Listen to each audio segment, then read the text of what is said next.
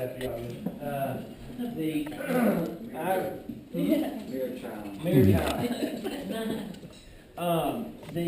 I remember, I came to Delta State knowing that I wanted to be an accountant.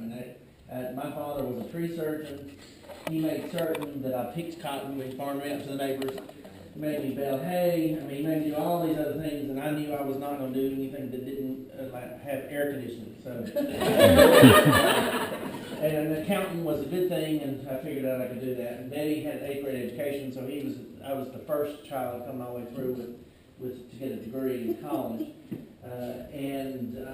But anyway, through those years and coming to Delta State, obviously, like everyone else, I fell in love with the Yurkows. I remember Wednesday nights, we had youth Bible study or whatever over at the Yurkows because Miss Helen cooked that wonderful lasagna. It was always, like you said, I don't know how many people showed up, but there was always enough lasagna. It was 120, and I had to put out the chair. Yes, put out the chair. And before y'all would come, he would call my family over, and we'd go eat, and then he'd look out the door and say, "You gotta leave now, the Christians are coming."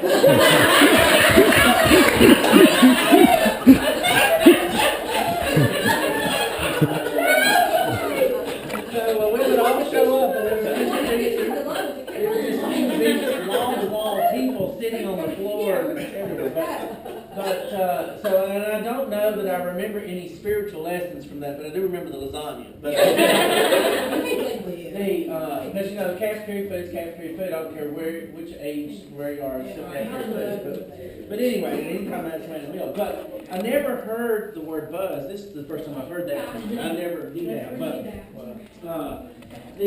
But I remember graduating from Delta State in '84.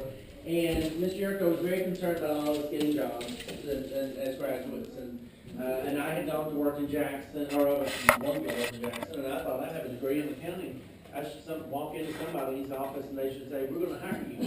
And after 6 weeks of applying for jobs and being turned down for jobs and whatever else, nothing was happening, and I thought I was doing everything I was taught to do. And finally, he called me one day. He asked me if I had gotten the job, and I said no, and he said, "Well, give me a minute." And so I'll stand over here since they're bringing food in, we don't want to impede that progress.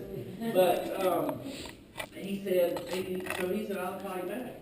Well, I got a phone call within a day or so, and I had 3 interviews set up, or I had 3 folks who were going to interview me, so I called all 3 of those, interviewed with them the next week, and then I had 3 job offers. So I went from nothing to having picked between 1 of 3 jobs.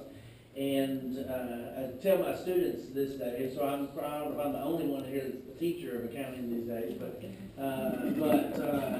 I did go on after working for a full career for 27 years in state government, the last 11 of which were at Delta State, including being the chair of accounting when I retired at Delta State. And after 16 years working with the state government in Jackson area, I chose this job that paid $12,000 a year working for the state of Mississippi. It was the least paid job of the 3 because it was a service type job. And Mr. Yurkow and Ms. Yurkow were both all about service and everything they did. They were probably the best examples as we discussed of servant leadership and everything. And so I did that and had a wonderful career in state government and sort of ended up there after all of that.